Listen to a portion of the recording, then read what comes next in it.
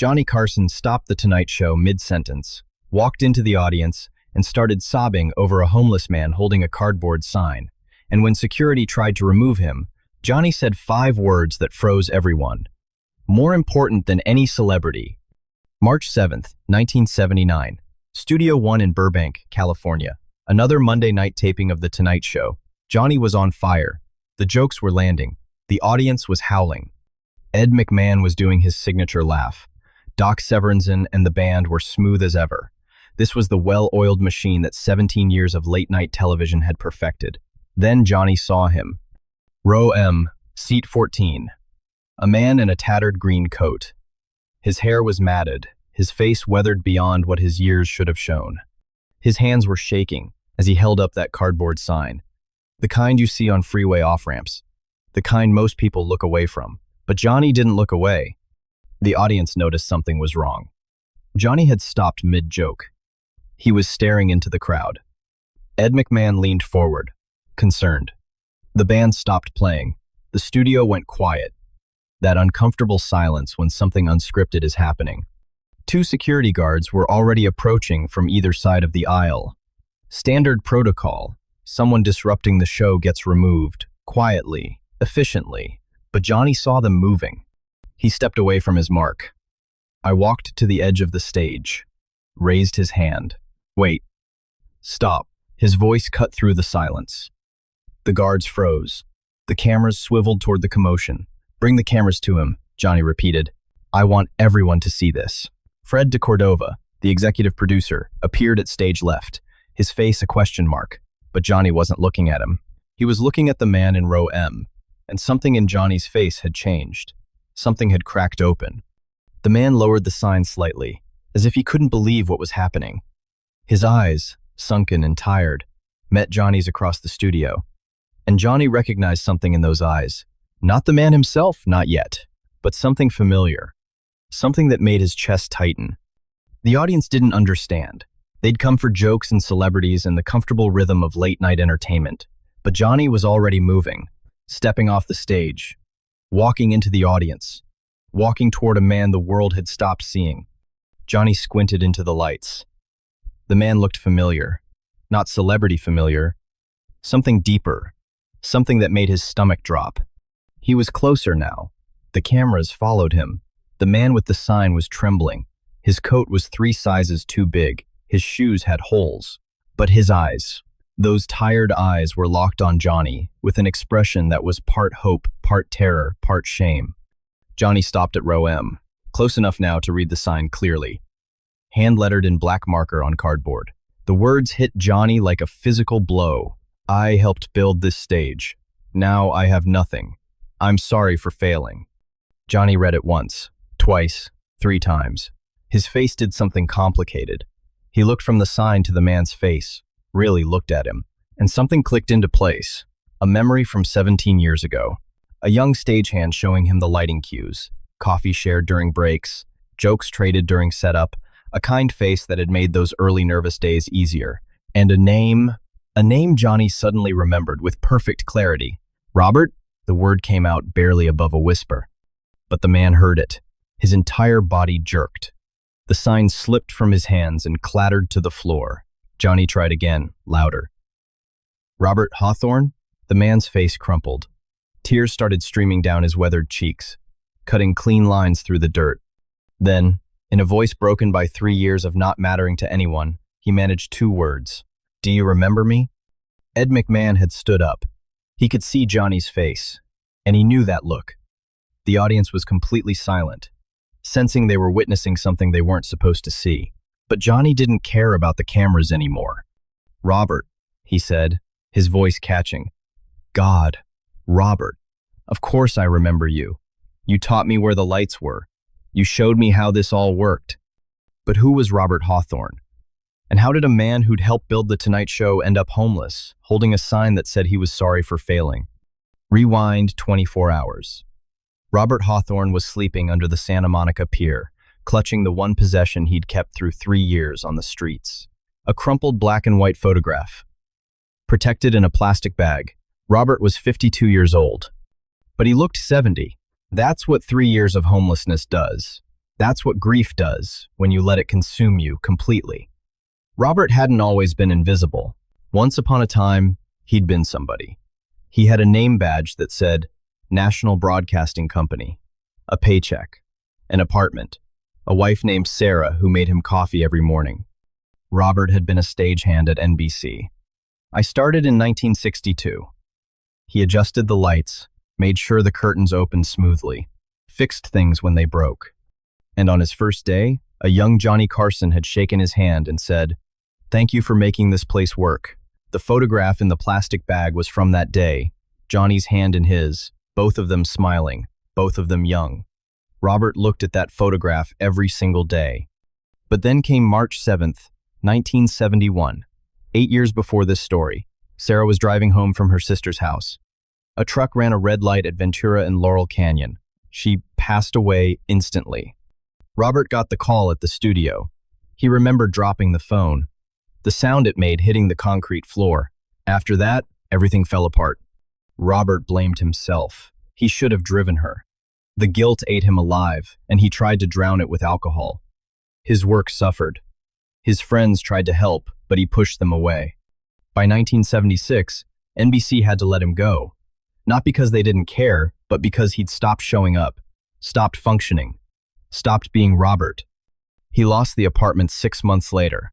He ended up on the streets with that photograph and the clothes on his back. 3 years of sleeping under piers, in doorways, behind dumpsters. 3 years of becoming invisible. But Robert had a ritual.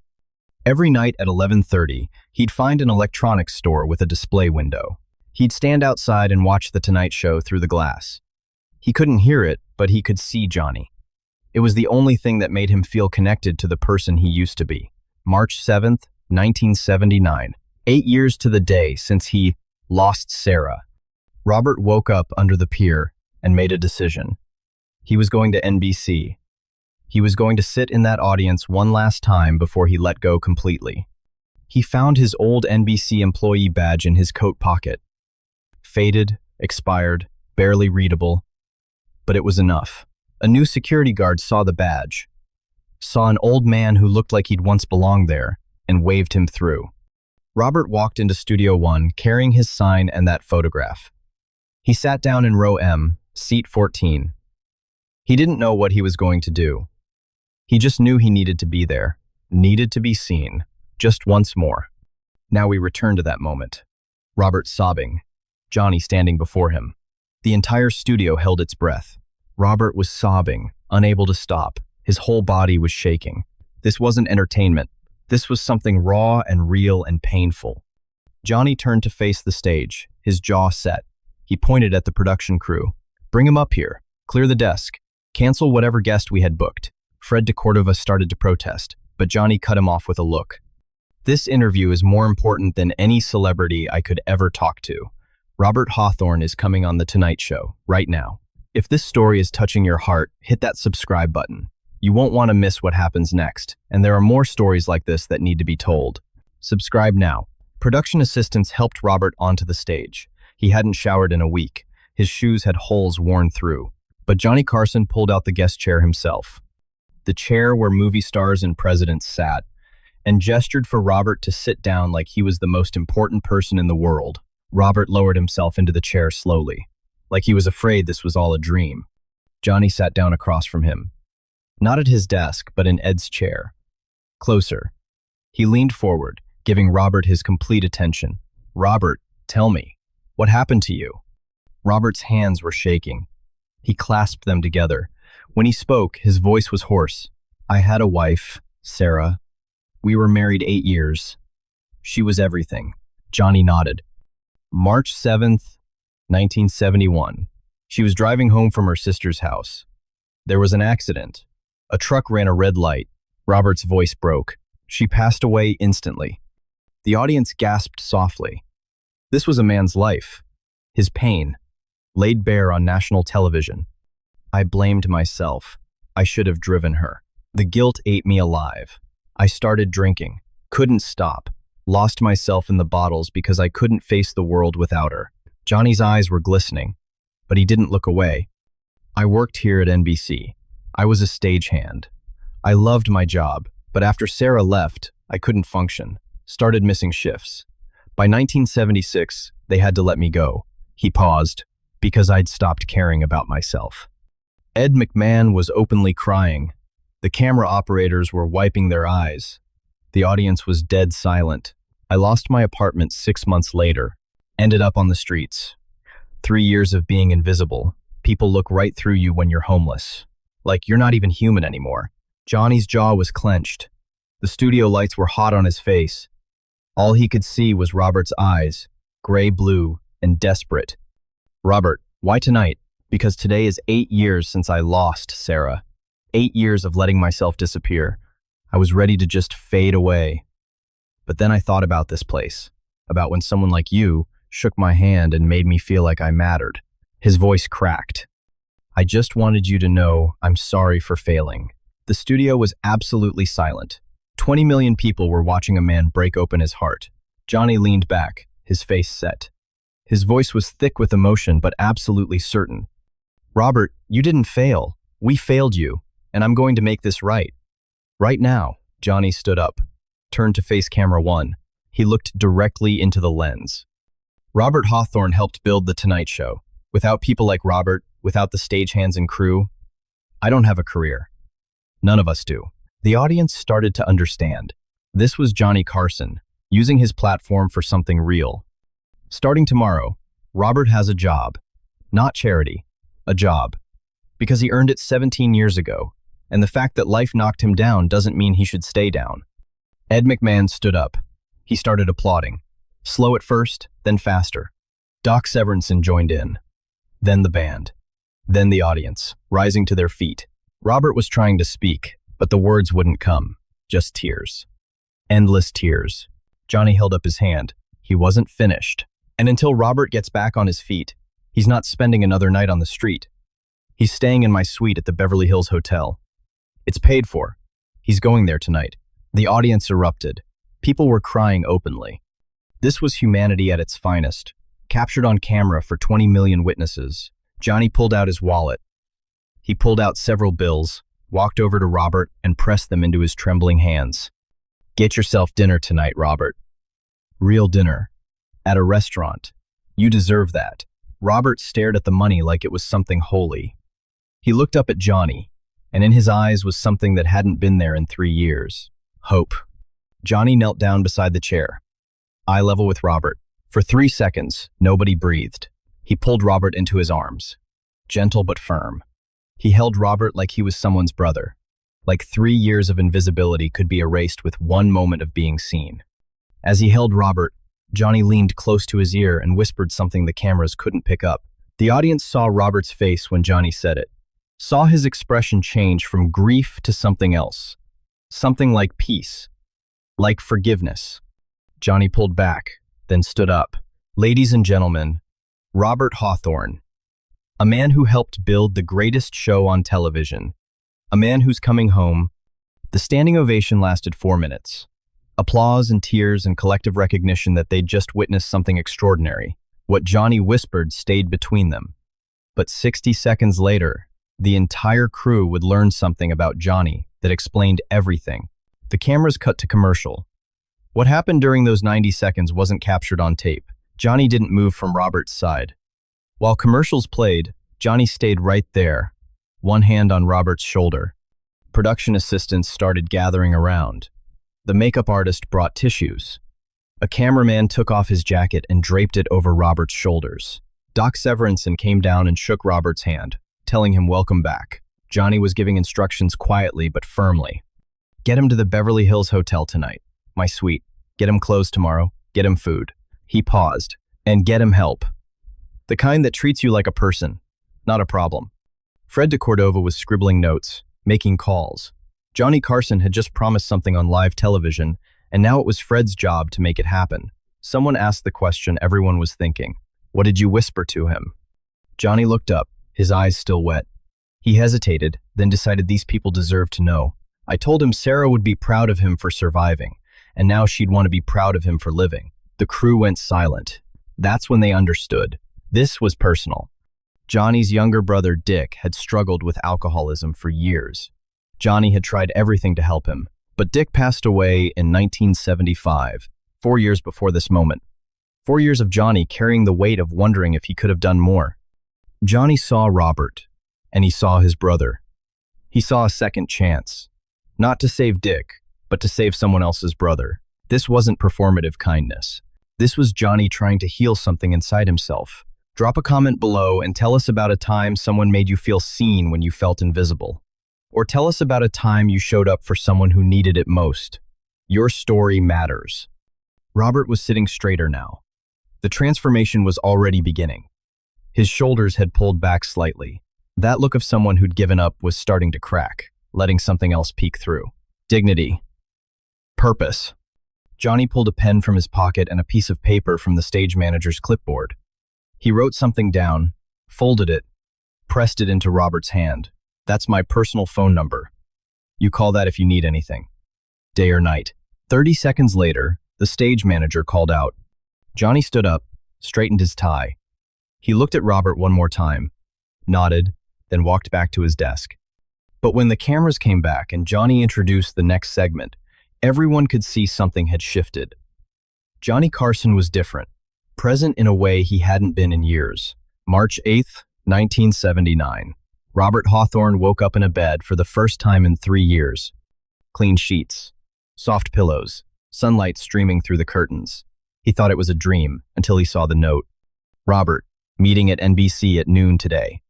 You have a job interview. Actually, you already have the job. The interview is just paperwork. Get breakfast from room service. Clean clothes are in the closet. See you at noon. Johnny. Robert looked at the closet. Sure enough, there were clothes. Slacks, button-down shirts, a jacket. On the dresser was a bag from a pharmacy. Toiletries, razor, toothbrush. Everything a person needs to feel human again. He took the longest shower of his life. 45 minutes of hot water washing away 3 years of dirt and shame. He looked at himself in the mirror and barely recognized the man staring back. Someone in between. Someone trying to find his way back. Johnny didn't just follow through. He went beyond. The job at NBC? Real. Stage operations coordinator. Johnny had made sure it was legitimate. Robert would earn his paycheck. But Johnny was just getting started. He connected Robert with a treatment program. The best in Los Angeles. A place that treated addiction with dignity and compassion. Johnny paid for it privately. 3 months of intensive treatment, counseling, medical supervision. The kind of care that actually works. And Johnny found Robert an apartment. A small 1-bedroom in North Hollywood, clean and furnished, first month's rent paid. After that, Robert would cover it himself. Johnny wasn't enabled. He was giving Robert the foundation to build on. The job interview was exactly what Johnny said. Paperwork. Robert sat across from Patricia, who smiled warmly and said, Welcome back, Robert. We're glad to have you home. March 15th, 1979, Robert's first day back. He walked through the employee entrance wearing his new clothes, carrying his new badge, his hands steady for the first time in years. His former colleagues saw him coming. Gary from lighting, Mike from sound, Susan from props. They welcomed him back like he'd never left. No pity. Just genuine happiness that one of their own had made it back. Robert walked onto the Tonight Show stage. The same stage where he'd stood 7 days earlier holding a cardboard sign. Now he was standing there with a job. With purpose. He ran his hand along the edge of the stage and let himself cry. But these were different tears. Gratitude. Johnny found him there an hour later. Just stood beside him, looking at the stage they both knew so well. Johnny, Robert's voice broke. I don't have words for this. Johnny shook his head. You already said everything. You showed up. That's all the thanks I need. But the story didn't end with a job and an apartment. What happened over the next 13 years would prove that one moment of kindness can ripple out in ways nobody sees coming. Within a week, NBC received nearly 3,000 letters. Within a month, homeless shelters across Los Angeles were overwhelmed with donations. One unscripted moment started a movement. The episode aired on March 7th, and by March 8th, the phone lines at NBC were jammed. People wanted to know about Robert. They wanted to help. When word got out that Johnny had followed through completely, something shifted. Other networks called, Good Morning America wanted to interview Robert. CBS wanted to do a feature. But Robert, with Johnny's guidance, said no to most of them. This wasn't about fame. This was about rebuilding a life. But Johnny didn't let the moment pass. Over the next few months, he did occasional segments about homelessness. Not preachy, just reminding people that the person sleeping under a bridge used to be someone's coworker, someone's neighbor. He had veterans on the show, addiction counselors. He turned one moment of compassion into a sustained conversation. Robert's journey wasn't easy. 3 months sober, then 6 months, then a year. Johnny was there for the 1-year milestone, showed up at the recovery center unannounced, brought cake, celebrated like it was the most important party he'd ever attended. Robert started speaking at shelters, telling his story, not sugarcoating it, but showing up as proof that the person society had written off could come back. His message was simple: you're not invisible, you're just lost, and lost people can be found. Johnny checked in every week, sometimes a phone call, sometimes stopping by with coffee, sometimes inviting Robert to dinner, talking about life and loss and learning how to keep going when everything hurts. They became friends, real friends, the kind where you show up when nobody's watching. Robert reconnected with his sister in 1980. They hadn't spoken in 4 years. Now, sober and stable, he called her. The conversation lasted 3 hours. By the end, both of them were crying. The healing kind. Johnny took that photograph and had it professionally restored and framed. He hung it in his dressing room. Right next to photos of presidents and movie stars, there was Robert Hawthorne shaking hands with a young Johnny Carson. Robert worked at NBC for 13 more years. Showed up every day. Did his job well, but what he did in 1992 would bring everything full circle. May 22nd, 1992. Johnny Carson's final Tonight Show episode. The studio was packed with celebrities and network executives. But Johnny had reserved one specific seat in the front row. Robert Hawthorne sat in row A, seat 7. 13 years sober, 65 years old. Wearing a suit he'd bought with his own paycheck, watching the man who'd saved his life say goodbye. Johnny didn't make a big deal of it during the broadcast. Just a brief mention. There are people who helped make this show what it is. People you never see on camera. People like Robert Hawthorne, who reminded me 13 years ago what really matters. Robert, thank you for being here tonight. The camera found Robert for just a moment. He nodded, smiled, wiped his eyes. The audience applauded. Johnny moved on, because that's what professionals do. But everyone who knew the story understood that having Robert there meant everything. After the show ended, after the final curtain call, Johnny found Robert backstage. The crew was breaking down the set for the last time, 30 years ending, but Johnny wanted a few minutes alone with Robert. They stood on that empty stage, just the two of them. Robert reached into his jacket pocket and pulled out a small wrapped package. I wanted to give you something. Something that meant everything to me, so you'd know how much you mean to me. Johnny unwrapped it carefully. Inside was a frame, and inside the frame was that photograph, the original. The one Robert had carried through 3 years of homelessness, but now there was an inscription engraved on a small brass plate. To Johnny, you saw me when I was invisible. You gave me back my life. Forever grateful. Robert Hawthorne, March 7th, 1979 to May 22nd, 1992. 13 years of being seen. Johnny stared at that photograph. At those two young men shaking hands 30 years earlier. His hands were trembling. His voice broke. Robert, I don't know what to say. You don't have to say anything. You've already said it all. Every week you check in. Every milestone you celebrated. Every time you treated me like I mattered. That said, everything. They hugged. Two men who'd started as colleagues, survived as friends, and now were saying goodbye to an era that had defined them both. If this story moved you, share it with someone who needs to remember that everyone deserves to be seen. Share it with someone who's helping others. Share it with someone who's feeling invisible. This message needs to reach more people. Robert continued working at NBC until 1994, retired at 67 with a full pension and the respect of everyone who'd worked with him. He spent his retirement volunteering at homeless shelters 3 days a week. He stayed sober. Every single day. lived the kind of life Sarah would have been proud of. Robert passed away on June 14th, 2003. He was 76 years old. Natural causes, in his sleep, surrounded by family. On his nightstand was that photograph of him and Johnny. His obituary mentioned his 28 years at NBC, his work with homeless shelters, and March 7th, 1979, the night Johnny Carson stopped The Tonight Show and gave him back his name. Johnny sent flowers to the funeral. White roses, Sarah's favorite. He attended privately, sat in the back, left before anyone could make a fuss. He stood at Robert's grave after everyone else had gone and said a quiet thank you. Johnny passed away on January 23rd, 2005. When they went through his things, they found Robert's photograph in his desk drawer, right next to the picture of his own brother, Dick.